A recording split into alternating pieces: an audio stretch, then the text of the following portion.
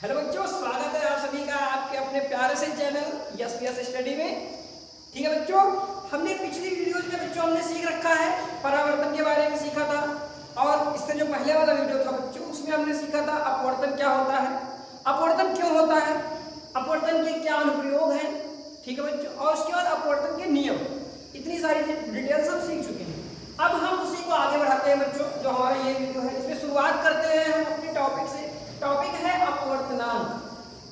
ठीक है बच्चों, क्या है टॉपिक? अपवर्तनांक। ये अपवर्तनांक शब्द हमारा कहां से आया? तो हमने जो अपवर्तन के नियम पढ़े थे बच्चों, अपवर्तन का जो दूसरा नियम पढ़ा था, यानी कि स्नेल्स का नियम। ठीक है, वहां पर हमने आपको बताया था ये जो sine i upon sine r equal to जो नियतांक हम लिखते हैं, क्या लिखते हैं? नियतांक। इसी नियतांक को ही अपवर्तनांक कहा जाता है। ठीक है, तो इसी चीज को हम डिटेल में पढ़ते हैं और आगे देखते हैं आगे क्या होता है। अब बच्चों इसमें देखो अपवर्तनांक का लिखा गया है, इसमें जो डिफिनेशन लिखी गई है अपवर्तनांक की क्या है, बताया जा रहा है कि जो अब किसी माध्यम का अपवर्तनांक है, फॉर एग्जाम्पल जैसे हम हवा का अपवर्तनांक निकालना चाह रहे हैं, तो किसी माध्यम का अपवर्तनांक निर्वात में प्रकाश की चाल तथा उस माध्यम में प्रकाश की चाल का अनुपात होता है। जैसे कि अगर हम जैसे जो अपवर्तनांक का निशान यहाँ यन से दिखाया जा रहा है, तो अगर हम कहें हमको निकालना है हवा का अपवर्तनांक, किसका निकालना है बच्चों? हवा का अपवर्तनांक। तो इसका मतलब है, परिभाषा से अगर देखें तो बोल रहा है कि निर्वात में प्रकाश की चाल, निर्वात में प्रकाश की चाल यानी कि सी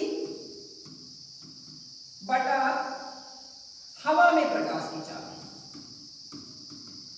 हवा में प्रकाश की चाल। किसी माध्यम का अपवर्तनांक, देखिए बच्चों ध्यान से देखिए, किसी माध्यम का अपवर्तनांक निर्वात में प्रकाश की चाल तथा उस माध्यम में प्रकाश की चाल के अनुपात के बराबर होता है। ठीक है बच्चों, ये हो गया ना। लेकिन अगर हम इसको थोड़ा एब्रॉड, थोड़ा जानकारी के साथ सीखे बच्चों, तो हम आपको बताता हूं कि अपवर्तनांक जो होता है, जब हम क्लास 12 में जाएंगे तो वहां हम सीखेंगे कि अपवर्तनांक दो प्रकार का होता है। एक होता है निरपेक्ष अपवर्तनांक, ठीक है बच्चों, दूसरा होता है सापेक्ष अपवर्तनांक। पहला होता है बच्चों सापेक्ष अपवर्तनांक, दूसरा होता है निरपेक्ष अपवर्तनांक।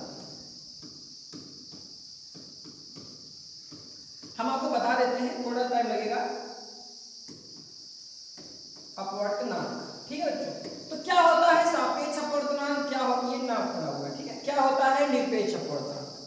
देखो जो हम अपवर्तन जब भी पढ़ते हैं वहां पर दो माध्यम होते हैं। ठीक है, अगर हमारा जो एक माध्यम है, यानी कि जो पहला माध्यम है, अगर पहला माध्यम निर्वात है बच्चों, दूसरा माध्यम यहाँ कोई भी हो, चाहे हवा हो, चाहे जल हो, चाहे ऑयल हो, व्हाटएवर कोई भी हो, तो इस स्थिति में जो हमारा अपवर्तनांक निकलेगा बच्चों, वो निकलेगा निरपेक्ष अपवर्तनांक। क्या निकलेगा?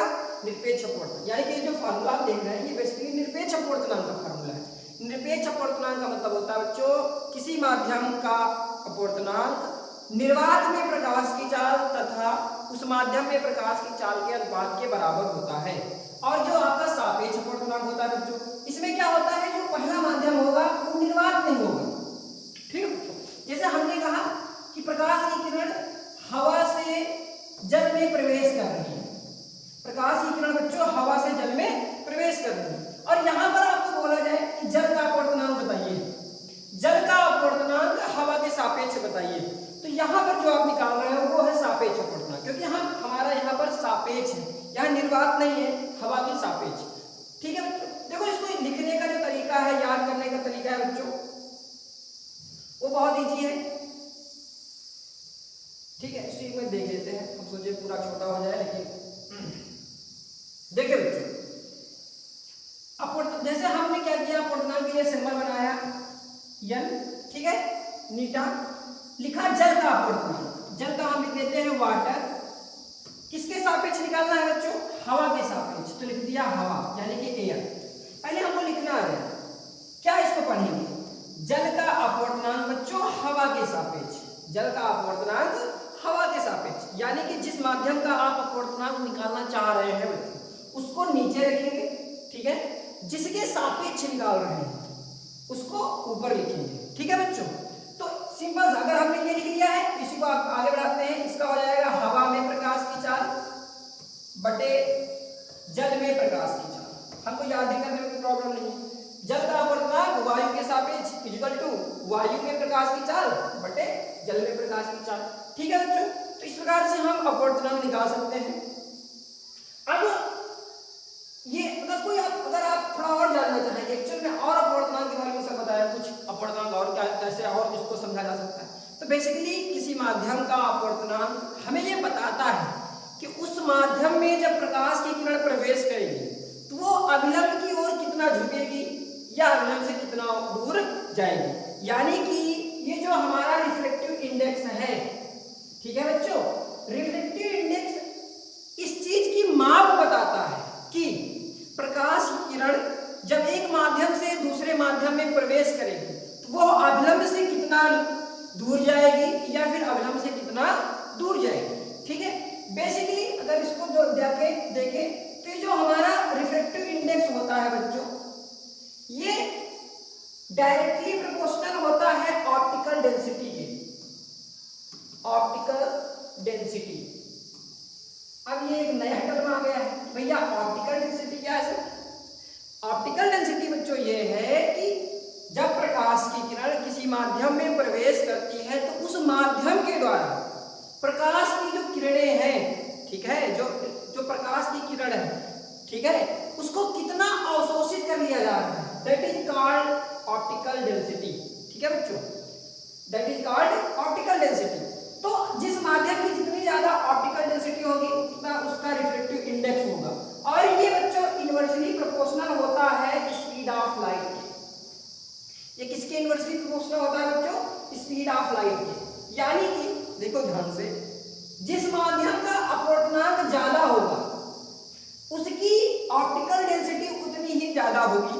ठीक है बच्चों, और उसमें प्रकाश की चाल, उसमें जो प्रकाश की चाल होगी उतना ही कम होगी। आप इसको ऐसे ही समझ सकते हो, क्या बताया हम आपको कि जो अपवर्तनांक होता है, अपवर्तनांक हमको बताता है किसी माध्यम का अपवर्तनांक हमें ये बताता है कि जब उस माध्यम में प्रकाश की चाल प्रवेश करेगी तो वो अभिलंब से कितना दूर जाएगी या अभिलंब की ओर कितना झुकेगी। ठीक है बच्चों, ये किस पर डिपेंड करता है? ऑप्टिकल डेंसिटी पर। ठीक है, ऑप्टिकल डेंसिटी जो होती है वो इनवर्सली प्रोपोर्शनल होती है स्पीड ऑफ लाइट के। ठीक है बच्चों, तो जिस माध्यम का, जैसे हमने आपको पहले बताया था अपवर्तन में कि जब विरल माध्यम में प्रकाश की चाल कम होती है, सघन माध्यम में प्रकाश की चाल क्या होती है बच्चों? अधिक होती है। तो इसका मतलब सघन माध्यम में प्रकाश की चाल कम होती है बच्चों, विरल माध्यम में प्रकाश की चाल अधिक होती है। तो सघन माध्यम में अगर प्रकाश की चाल कम है, यानी कि सघन माध्यम का ऑप्टिकल डेंसिटी क्या होगा? ज्यादा होगा। सघन माध्यम का जो रिफ्लेक्टिव इंडेक्स हो गया वो भी क्या हो गया बच्चों? ज्यादा होगा। ठीक है, तो इसको हम ऐसे याद कर सकते हैं। ठीक है बच्चों, आशा करते हैं कि आपको समझ में आया। एक बार हम फिर से देख लेते हैं सिंपल सा कि हम किसी भी माध्यम का अपवर्तनांक कैसे निकालेंगे। ठीक है बच्चों, तो इस चीज को ध्यान रखना है, सिंबल बनाना है, और हम जिस भी माध्यम का अपवर्तनांक निकाल रहे हैं, हम जिस भी माध्यम का अपवर्तनांक निकाल रहे हैं उसको लिखेंगे नीचे। जैसे हम निकाल रहे हैं हवा का अपवर्तनांक, तो हवा को नीचे लिखेंगे बच्चों, किसके सापेक्ष निकाल रहे हैं उसको ऊपर मेंशन करेंगे। ठीक है, जो जिसका काम होता है वो नीचे बैठता है, जिससे काम कराना होता है वो साहब होते हैं, साहब हमारा ये काम कर दीजिए, तो उनको हम कुर्सी में बैठा दिए ऊपर। ठीक है, इसको कैसे पढ़ेंगे बच्चों? हवा का अपवर्तनांक जल के सापेक्ष। ठीक है, लिखने का तरीका, जल में प्रकाश की चाल, जल में प्रकाश की चाल अपॉन वायु में प्रकाश की चाल, वायु में प्रकाश की चाल।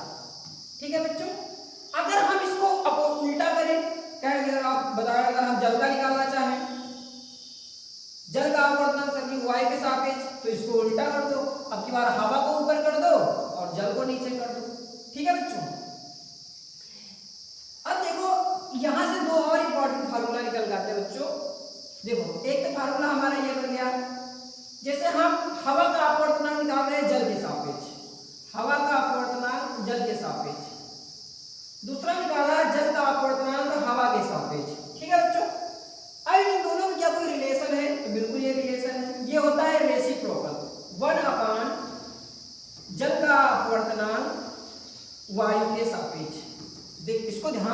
लीजिए भैया, हमने बताया है कि किसी एक माध्यम, जैसे दो माध्यम हैं हवा और जल, हवा और वाटर, एयर एंड वाटर, इसको हवा का अपवर्तनांक जल के सापेक्ष इज रेसिप्रोकल ऑफ वाटर, जल का अपवर्तनांक हवा के सापेक्ष। ठीक है बच्चों, ये हमारा एक फार्मूला हो गया। एक और फार्मूला इससे हम बना सकते हैं, देखो अगर इसको ऊपर लेकर आए इसको हम ऐसे भी लिख सकते हैं, शॉर्ट फॉर्म अगर लिख दें एयर वाटर, हवा का अपवर्तनांक वाटर के सापेक्ष गुणे वाटर का अपवर्तनांक हवा के सापेक्ष इक्वल टू 1 भी होता है। ठीक है बच्चों, तो ये था हमारा अपवर्तनांक का कॉन्सेप्ट। ठीक है बच्चों, आशा करते हैं आपको समझ में आया है। अगर कोई भी प्रॉब्लम है, नहीं समझ में आया तो आप कमेंट करें, आपका छोटा सा कमेंट, उसका छोटा भी जो डाउट है उसको हम नेक्स्ट वीडियो में अवश्य कवर करेंगे। ठीक है बच्चों, thanks for watching this video.